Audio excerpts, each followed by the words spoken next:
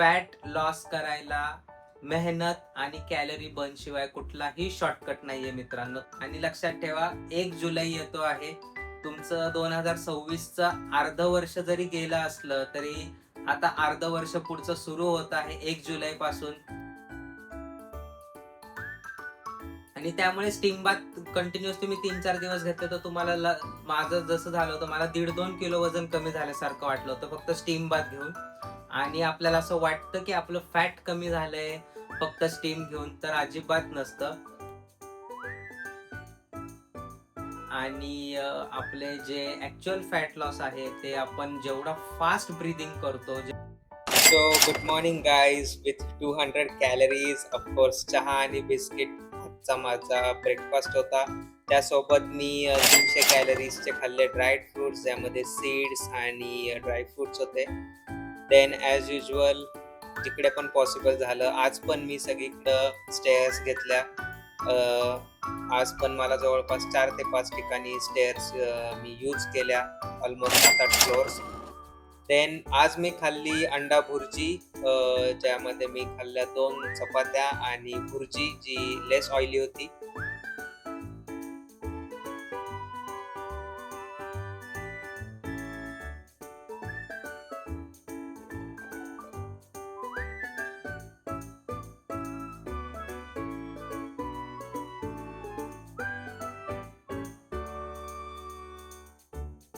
तर hello, good evening guys. परत वाजले आहेत रात्रीचे 10 आणि एक्सरसाइज करून मी आलेलो आहे. आणि आज माझ्याकडे कॅलरी ट्रॅकर आहे, तर आज मी दाखवेल तुम्हाला.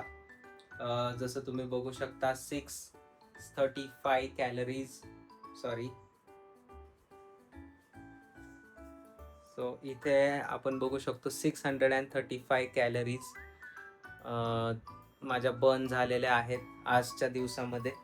सो टोटल आज मी 635 कॅलरीज बर्न केलेल्या आहेत.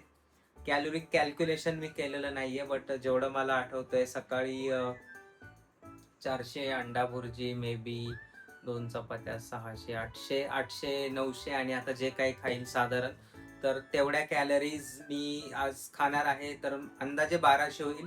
व्हिडिओ नंतर आपण बघूयात टोटल किती होतील. पण त्यातल्या 635 ऑलरेडी मी बर्न केलेले आहेत आज पण, मस्त बॅडमिंटन खेळून. आणि स्किपिंग जवळपास आज 1000-1500च्या वरती तर नक्कीच झालेले आहेत. आज पण पूर्ण पावणे 2 तास खेळलोय. आणि थोडासा प्रॉब्लेम आता आमचा असा झालेला आहे की आमचं जे कोर्ट होतं, जे आता PCMC ला किंवा पुण्यामध्ये राहत असतील, स्पेशली PCMC मध्ये जे राहत असतील आणि जे बॅडमिंटन लवर असतील, तर त्यांना माहिती असेल की बुकिंग होतं, आज मंथ एंड होता. आणि आज आम्हाला जे आम्ही जिथं रोज जातो ते कोर्ट भेटलेलं नाहीये ह्या महिन्याला. सो आम्ही आता दुसऱ्या कोर्टला जाणार आहे. घरापासून सेम डिस्टन्स वरतीच आहे. तर उद्यापासनं नाही, सॅटर्डे पासनं जे व्हिडिओज येतील ते दुसऱ्या कोर्टवरचे असणार आहेत.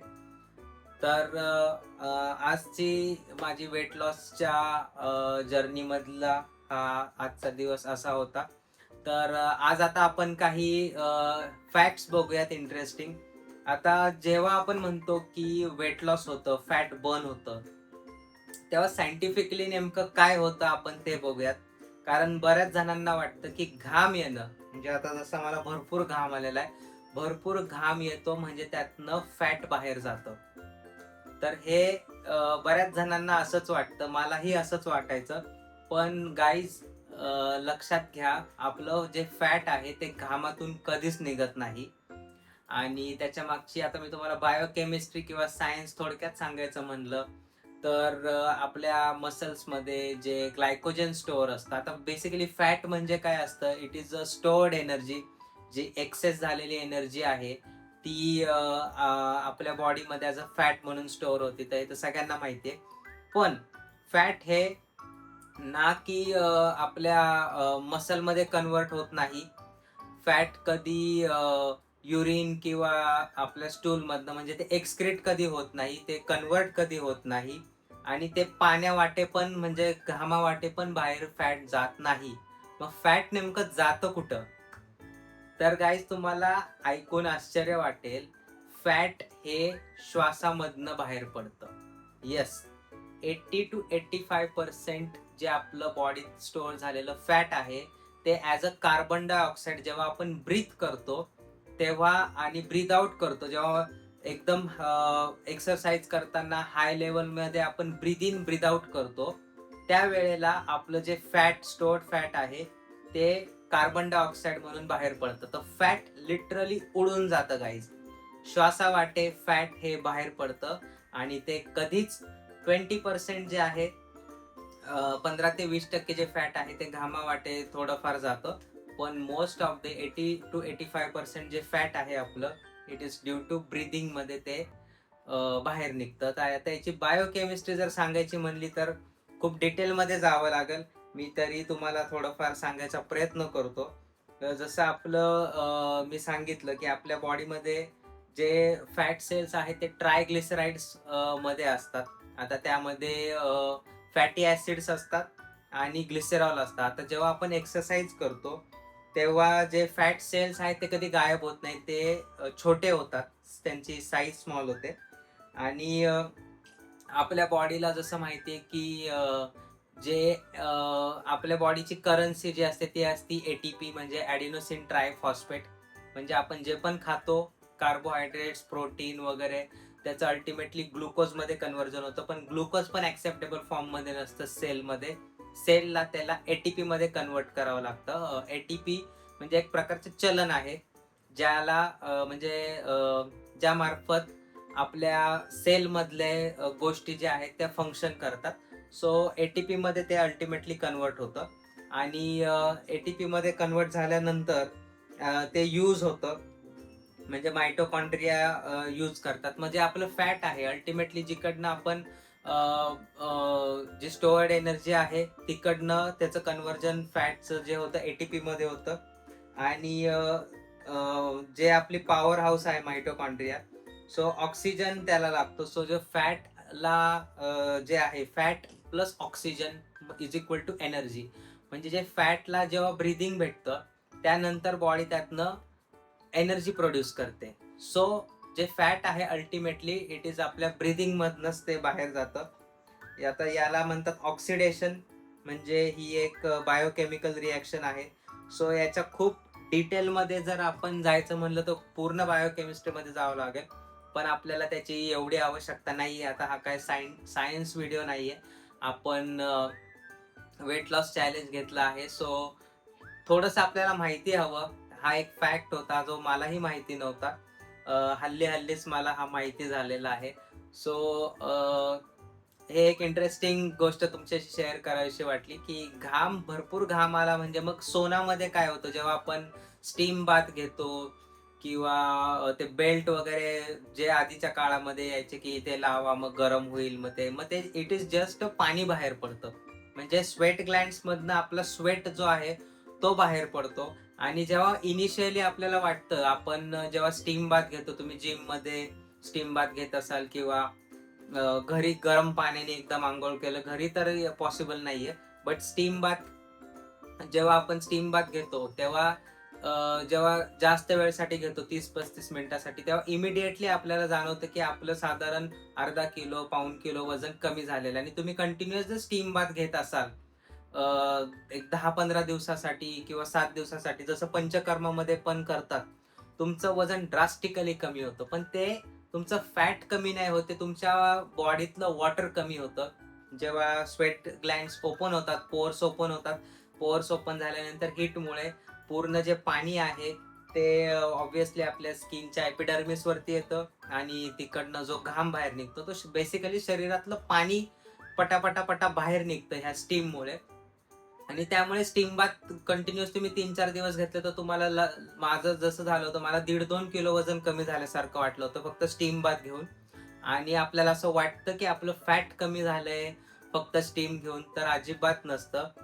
फॅट लॉस करायला मेहनत आणि कॅलरी बर्न शिवाय कुठलाही शॉर्टकट नाहीये मित्रांनो. तुम्हाला पूर्ण तुमच्या बॉडीचा पूर्ण कस काढावा लागतो, तुम्हाला मेहनत करावी लागते, घाम गाळावा लागतो, मेहनत करून घाम गाळावा लागतो. कॅलरी डेफिशिएट करावा लागतो, त्याशिवाय आपलं वजन कमी होत नाही. हे जे जे काय मी सांगितलं इट इज जस्ट टेम्पररीली. तुम्ही 10 दिवसानंतर परत जर वजन बघितलं तर ते नॉर्मलला आलेलं असतं. जे इनिशियल 3-4 किलो 2 किलो जे पण तुमचं पटकन कमी होतं ते जस्ट वॉटर लॉस असतो. सो सगळं सांगायचं अगेन फापट पसारा एका भाषेत सांगायचा, एका लाईनमध्ये सांगायचा तर सोना वगैरेनी इमिडिएटली वजन कमी होत नाही. आणि आपले जे ॲक्च्युअल फॅट लॉस आहे ते आपण जेवढा फास्ट ब्रीदिंग करतो, जेवढं इंटेन्स एक्सरसाइज करतो, जेवढा इंटेन्स आपल्याला बॉडीला इमिडिएटली ऑक्सिजन लागत असतो आणि कार्बन डायऑक्साईड बाहेर जातो, त्या प्रोसेसमध्येच आपलं ॲक्च्युअल फॅट हे बर्न होतं. त्यामुळे इंटेन्स वर्कआउटवरती लक्ष दिलं पाहिजे आपण. जसं मी सांगितलं हिट एक्सरसाइज किंवा कुठलाही तुम्ही स्पोर्ट्स खेळत असाल तर बेस्ट तुम्हाला जो आवडत असेल क्रिकेट सोडून, कारण क्रिकेटमध्ये एवढं एक्सरसाइज होत नाही. तुम्ही फुटबॉल खेळा, तुम्ही टेनिस खेळा, बॅडमिंटन खेळा, टेबल टेनिस खेळा किंवा व्हॉलीबॉल नाही बट बास्केटबॉल खेळा. सो ज्याच्यामध्ये कंटिन्युअस तुम्हाला पळायचं आहे ना, म्हणजे ज्याला आपण म्हणतो की कुत्र्यासारखं पळावं लागतं, असे काही स्पोर्ट्स आहेत ना, ते गेम तुम्ही दिवसभरात अर्धा तास 1 तास खेळा. आणि त्याच्यासोबत तुम्ही जसं स्किपिंग करू शकता, पुशअप्स करू शकता, रनिंग करू शकता. बाकी बऱ्याच ॲक्टिव्हिटीज आहेत आता आपल्याला माहिती आहेत. सो त्याच्यासोबत जसं आता मी काय करतोय, मी बॅडमिंटन खेळतोय विच इज इंटेन्स गेम. आणि थँकफुली माझे जे माझ्यासोबत जे खेळणारे आहेत ते पण त्याच इंटेन्सिटी लेवलनी खेळतात. आणि बिगिनियर नाहीये आम्ही. आम्ही थोडंसं बिगिनियरच्या वरच्या लेवलला आहे, कारण आम्ही बाकीच्यांचे जे गेम बघतो तर त्यांच्यासोबत खेळताना हार्डली स्टेप पण टाकावी लागत नाही, सरळ शटल हातामध्ये येतं.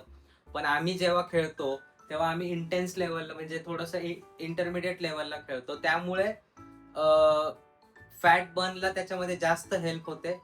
आणि ते करता करता जेव्हा आपला टाइम नसतो तेव्हा आपण, जसं मी अजिबात बसत नाही, स्किपिंग करतो. सो तुम्ही एखादा स्पोर्ट्स जर सोबतला घेतला ना तर it will be very helpful. Otherwise तुम्ही रनिंग करू शकता, सकाळी सायकलिंग करू शकता. पण इंटेन्स वालं काही पण गोष्ट करा. तुम्ही 1 तास जेवढा इंटेन्स एक्सरसाइज कराल तो सफिशियंट आहे. सो येस, आज मला एवढंच सांगायचं होतं. काही 1-2 गोष्टी जशा सायन्सच्या मी शेअर केल्या. आणि आता मला उद्या, परवा आणि शुक्रवारी पॉसिबल होणार नाही आहे, कारण जसं माझं आता मला उद्या जायचं आहे नगरला, देन शिर्डी, श्रीरामपूर, संगमनेर. सो माझा आउट स्टेशनचा टाइम सुरू झालाय. सो मी 3 दिवस पुण्यात नसणार आहे. तर तिकडे पॉसिबल होत नाही. तिकडे खाणं फक्त पॉसिबल होतं, एक्सरसाइज अजिबात पॉसिबल होत नाही, कंटिन्युअस ट्रॅव्हलिंग असतं. सो पुढच्या 3 दिवस माझे व्हिडिओज काही येणार नाहीये, पण माझे डेज काउंट होणार आहेत त्याच्यामध्ये 200 दिवसामध्ये. तर तरी मी प्रयत्न करेल काही एक्सरसाइज करायचा, तुम्हाला काही दाखवायचा किंवा काही फॅक्ट्स शेअर करायचा किंवा थोडंसं तुम्हाला मोटिवेट करायचा. आणि जो माझा सॅटर्डेला जो व्हिडिओ येणार आहे तर सॅटर्डे पासनं जो व्हिडिओ असतील, मी ट्राय करेल की आता जसं मी बोलतो आहे वन वे एंगेजमेंट आहे असं काही नसेल. आपण काहीतरी इंटरेस्टिंग मी याच्यामध्ये आणणार आहे या सॅटर्डे पासनं. तर मी ट्राय करेल, थोडासा विचार करेल त्यावरती की तुम्हाला कसं मला मोटिवेट करता येईल, आपण एंगेज कसे होऊ शकतो, याचा मी नक्की काहीतरी ट्राय करेल. आणि येस, भेटूयात आपण नेक्स्ट व्हिडिओमध्ये. तोपर्यंत खूप एक्सरसाइज करा. आणि लक्षात ठेवा 1 जुलै येतो आहे. तुमचं 2026चं अर्ध वर्ष जरी गेलं असलं तरी आता अर्ध वर्ष पुढचं सुरू होत आहे 1 जुलै पासून. तर ठीक आहे, अर्ध वर्ष गेलं ते गेलं, पण पुढचं जरी वर्ष तुम्ही जर तुम्ही ठरवलं असेल की मला वजन कमी करायचं होतं, तुमचं रेझोल्युशन जर असेल 2026चं, तर हा टाइम आहे. अर्ध वर्ष जाऊ द्या, पण इथनं पुढेही जरी तुम्ही अर्ध्या वर्षामध्ये परत एकदा तीच एनर्जी घेऊन उतरलात तर नक्की 2027 स्टार्ट व्हायच्या आधी आधी जे तुम्ही 2026च्या जानेवारीमध्ये रेझोल्युशन घेतलं असेल ते कम्प्लीट होईल. अजूनही हार मानू नका, अजूनही आपल्याकडे चान्स आहे. आणि ही जर्नी तुम्ही आणि मी मिळून आपण एकमेकांना मोटिवेट करूयात आणि फिट होऊयात 2026च्या एंड पर्यंत. Bye bye.